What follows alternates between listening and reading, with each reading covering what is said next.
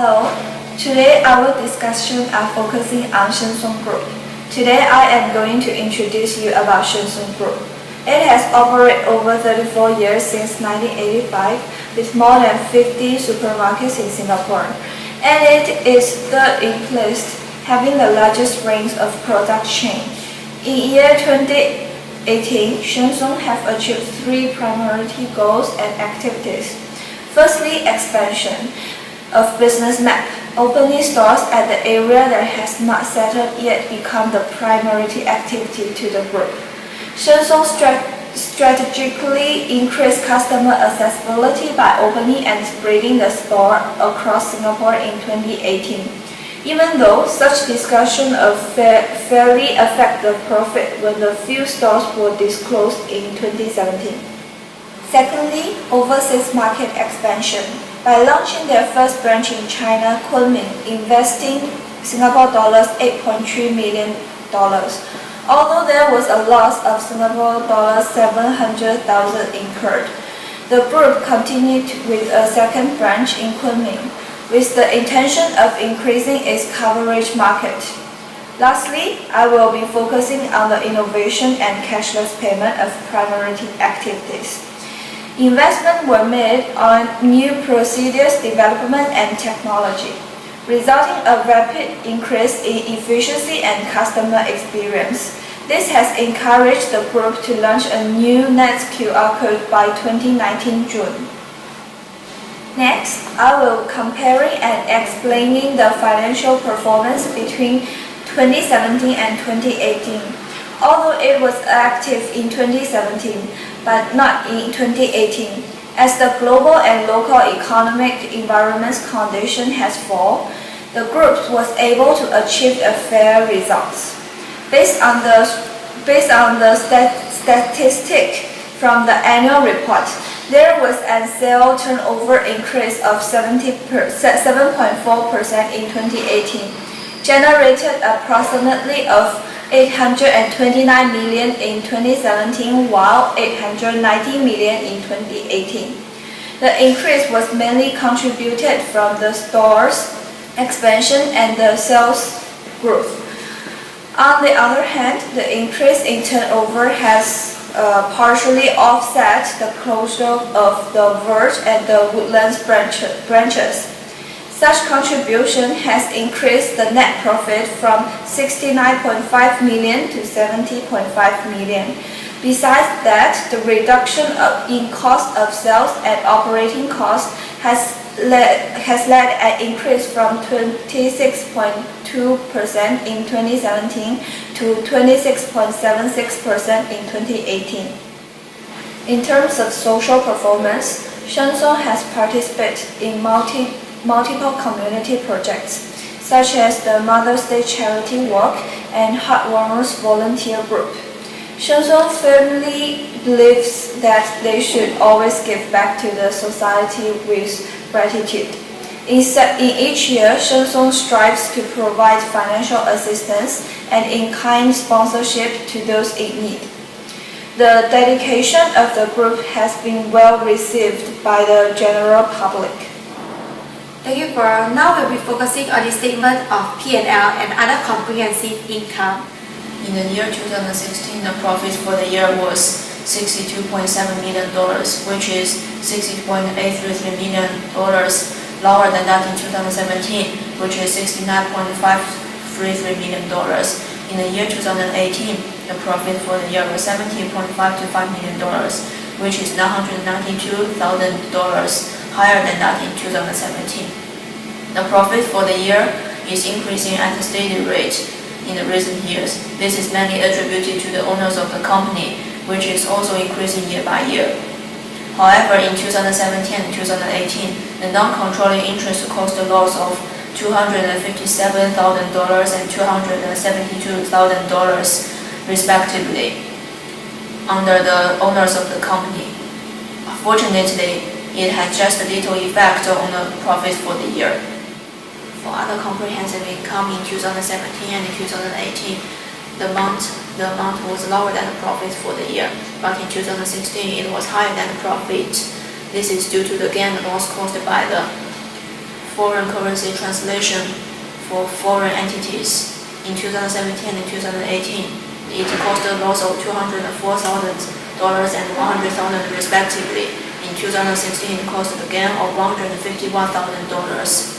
The same thing happened on the comprehensive income and annual profit, was that the comprehensive income is also attributed to the owners of the company and the non-controlling interest, although their amount was different.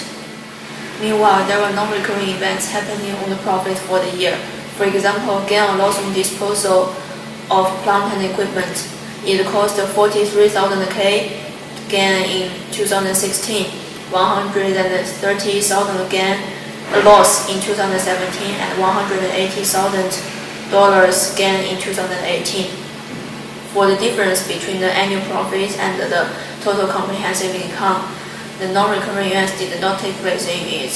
So far, we also haven't found any extraordinary events in relation to the difference. Lease is an agreement between two parties regarding an asset's control over a period of time in exchange for a series of payments. It was announced in 2016 that the ASB 117 would be replaced by the ASB 16, ineffective and on after the beginning of 1st January of 2019. The ASB 16 corrects the financial lease and the operational lease into either a lease asset in a balance sheet or an expense in the profit and loss. Such alter has bring the majority of effects bear by the lessee as compared to the lessor. Therefore, for today, we will be focusing on Siong as a lessee. Siong is a budgeted market that has leases that are mainly more than 12 months and underlying assets that are not low valued. The group is prepared to adopt the ASB 16 as it was stated in the financial statements in Note 3.14, full conversion of IFRS and new adoptions of standards. Therefore, as a lessee, Siong will recognize its existing operating lease into right-of-use assets accounted with the ASB requirements responding to its lease liabilities. Based on Note 3.14, it is found an estimation of 8.3% increase in the total asset and an estimation of 25.8% will be found in lease liabilities. Later in 2018, it was found in Note 23, new standards and interpretation not yet adopted, that there will be an increase of 50.8 million in the right-of-use asset and a 51.9 million in the lease liabilities. Therefore, this would increase the lease liabilities and cost of right-to-use assets in the financial positions. This will affect the ratios like increasing of debt ratios and decreasing of current ratio. Not to forget that the depreciation of right-to-use assets have to be recomputed in a straight line method, and part of the depreciation lease assets will be re-eliminated.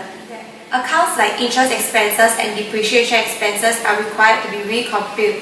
This will affect the earning before income tax, depreciation and amortizations, resulting in the gearing ratio, capital ratio, earnings per share, and dividends per share to be affected, ultimately affecting fairly or greatly on Siong's performances, confidence of shareholders, and potential investors. Now I'll pass on to Xiaoqian to elaborate more on intangible assets and goodwill. Okay, goodwill can be generated internally and purchased externally, while intangible assets are in forms of franchises, agreements, patents, trademarks, copyrights, and of course the goodwill as I just mentioned.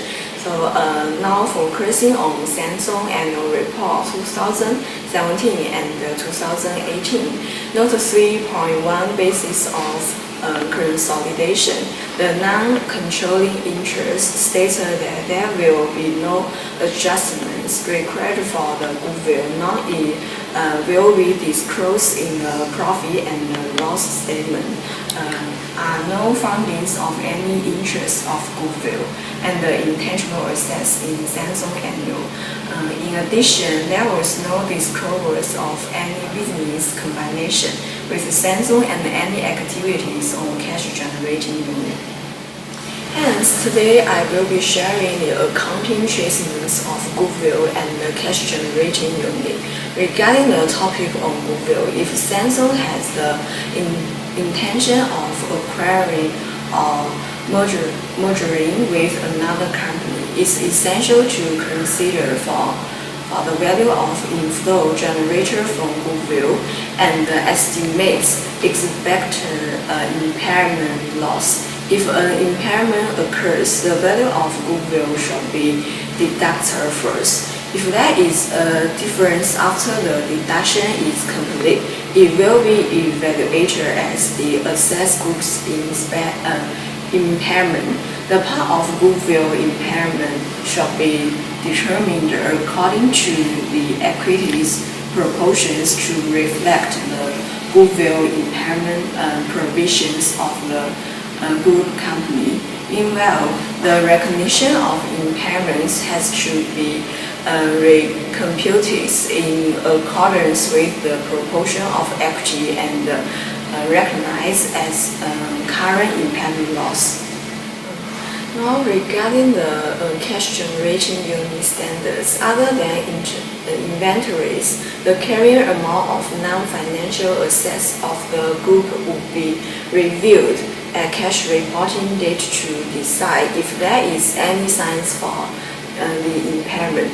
To calculate the value in use, the future cash flow statement is discounted to its present value by using the pre-tax discount rate. The pre-tax discount rate should reflect the current market risk assessment and the assessment of the time value of money specific to the cash generating unit. Thank you. We have come to the end of our presentation. Hope you've enjoyed.